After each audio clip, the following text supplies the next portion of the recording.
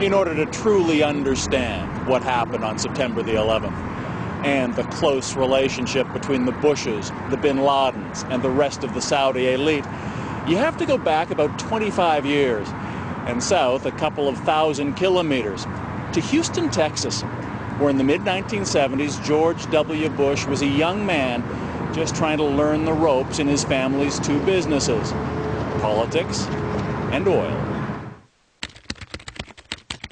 George Sr. struck it rich in oil, became a congressman, then director of the Central Intelligence Agency, where it said he first won the friendship of the Saudi royal family by arranging CIA training for their palace guards. And George Jr. was trying to follow in his father's footsteps. A Harvard business grad, he dabbled in politics and the Texas Air National Guard. And it was about the same time that a man named Bill White, a former fighter pilot with a Harvard MBA himself, was recruited to work in Houston with someone with business and personal connections to both George Bushes. His name was Jim Bath. This fellow, James R. Bath, needed someone to run a series of real estate companies that would be grub-staked by not only the political families but also by some foreign nationals, the Saudis. And so I came down on an interview and met Jim. They opened an office in downtown Houston where Bill White became Jim Bath's partner and confidant. But White says Bath spent most of his time dealing with his foreign partners, a wealthy Saudi family, the bin Ladens. He also ran a company in the same building called Bin Laden and Associates, which Jim explained was a procurement company for the Saudis. He bought a bank for them, he bought an airport for them, he started an airline for them, among other ventures in Houston, Texas. Now at that point, had you ever heard the name bin Laden? No, I had not. Meant nothing to you? Meant nothing to me. But in Saudi Arabia, the bin Laden's name meant a great deal indeed. They owned one of the largest Saudi construction companies. They were advisors to the royal family. They were the second richest family next to the royals, with billions of dollars to invest abroad in places like Houston, where the Bush family lived. They moved into this estate in one of Houston's finest neighborhoods. A bin Laden brother named Salam bin Laden and a brother-in-law, Khalid bin Mahfouz. Mahfouz was also one of the Saudi royal family's bankers. So is it fair to say that when the bin Laden group establishes an office in Houston, the presence of the Bush family at that point had a lot to do with it? Oh, absolutely. I think that was essential, the essential element. I don't think any of those dollars would have come into the United States or any of those assets been purchased had not there been this quid pro quo relationship with the Bush family. While the bin Ladens built their ties to Texas, back home in Saudi Arabia they were making another kind of foreign investment. In 1979, the Soviet Union occupied Afghanistan. The Saudi royal family wanted to build a Muslim army known as the Mujahideen to defend Islam and force the Russians out. They turned to their trusted advisors, the bin Ladens, who offered up a lanky 21-year-old named Osama. The man who personally chose Osama bin Laden to build that army would also become his mentor, Saudi Prince Turki Al Faisal. Last year on British television, he reminisced about the young bin Laden.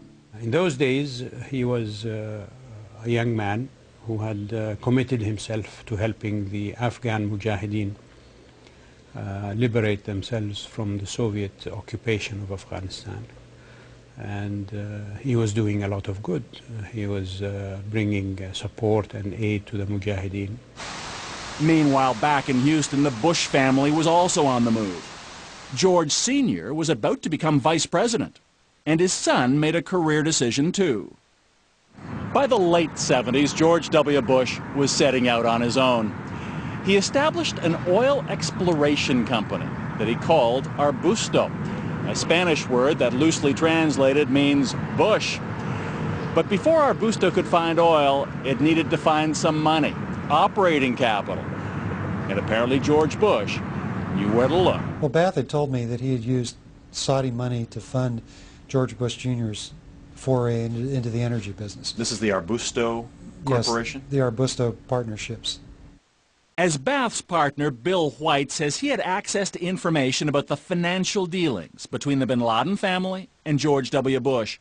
He later obtained Bath's personal financial statements when the two had a falling out and became involved in litigation. On schedules that show his partnership interests, he shows a personal partnership interest of $25,000 invested in Arbusto 79 and another $25,000 investment in Bush 80. But according to White, that share was only Bath's commission for investing the bin Laden's money with Bush. Do you have any knowledge of how much money the Saudis put in? Well, he told me it was in excess of, $1 million. So there was no question in your mind whatsoever that whatever went into George W. Bush's companies from Jim Bath was money from the Saudis. 100% of it was Saudi money. And George W. Bush would have been aware of that? Oh, absolutely.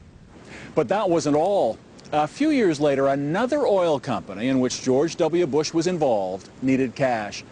It got a reported $25 million, again, thanks in part to Bush's old Houston neighbor, Khalid bin Mahfouz, Osama bin Laden's brother-in-law.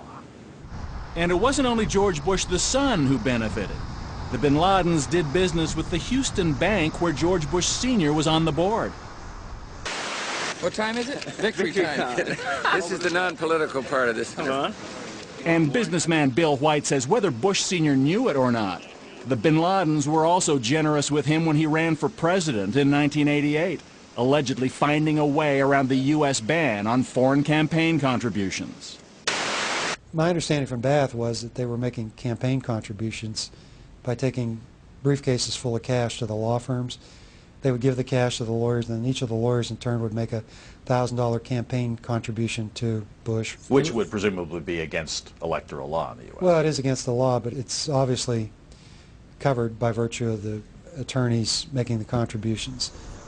And when George Bush Sr. became president, as with George W. more than a decade later, the Saudis occupied a special place at the White House. The Oval Office always open to one man, Saudi Arabia's ambassador, Prince Bandar. He's got instant access. He calls them up, says, I'm coming over. He's got instant access to the CIA, anybody he wants. He can summon people. He can call anybody up at home at any time, which most ambassadors in Washington cannot do. Robert Baer served with the CIA for 21 years and spent much of that time in the Middle East. What is the George W. Bush calls Bandar? Bandar Bush? Bandar Bush, yeah, he calls him Bandar Bush. You know, that's fine. Bandar's a great ambassador. It works great until you turn a blind eye, until you believe everything Bandar says. Baer believes that Bandar's position is symptomatic of the blind self-interest on both sides. That's the Saudi-American relationship's fatal flaw. It's a lesson George W. Bush and his administration wouldn't learn until it was much too late. Had Saudi Arabia been acting as one might expect a true ally and friend to act, could they have told the U.S. all they needed to know about the real threat posed by bin Laden? They knew everything. They were the source of fundings that went to buy arms, to buy bombs through their charities. And those charities in Saudi Arabia are all controlled by the government to some extent. It was 1991. The Gulf War was over. American troops had defended Saudi oil fields against Saddam Hussein. Now the U.S. could continue to enjoy the economic security which came with all that Saudi oil. It was essentially the same deal George W. Bush himself made when he did business with the bin Ladens in Houston. One side got a powerful partner, the other, oil and money. Former CIA agent Robert Baer. The United States depends upon Saudi Arabia for its oil production. Saudi Arabia also recycles all the money it makes off oil in the United States and puts trillions of dollars in our banks. It pays for presidential libraries, anything you can imagine. And the Clinton White House wasn't immune to Saudi charm either. It was difficult not to give the benefit of the doubt to the biggest buyer of American military hardware with the deepest pockets in the stock market, not to mention the world's largest oil reserves. Which is why after George Bush Sr. left office and became a senior advisor to the powerful international investment firm, the Carlyle Group, he paid a number of visits on their behalf to his good friends, the Saudi royal family and the bin Ladens. A very nice reunion with friends. I'm very pleased to be here. They soon became Carlyle clients. Incredibly, on September 11th, Bush and the head of the bin Laden family would be at the same Carlyle Group meeting in Washington, just a few miles from where Osama bin Laden's hijackers would attack the Pentagon.